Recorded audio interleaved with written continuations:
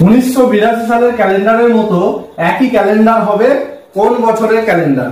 যে সালটা আমাদের বলে দেওয়া থাকবে তার শুধু লাস্টের দুটো ডিজিটকে আমরা 4 দিয়ে ভাগ করব, দিয়ে ভাগশেষ কত থাকছে দেখব। ঠিক আছে, যদি আমাদের ভাগশেষ 1 থাকে, তাহলে সেম ইয়ার ক্যালেন্ডার ওই বছরের মতোই ক্যালেন্ডার হবে 6 বছর পর। যদি আমাদের ভাগশেষ 2 থাকে, তাহলে 11 বছর পর হবে আমাদের সেম ইয়ার ক্যালেন্ডার।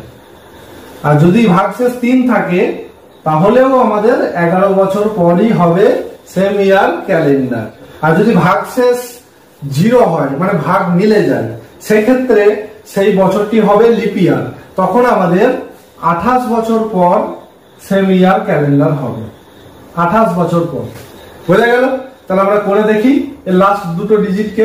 কি আছে? 82, তাকে আমরা 4 দিয়ে ভাগ করব। তাহলে কত ভাগশেষ রইল আমাদের? 2 রইল।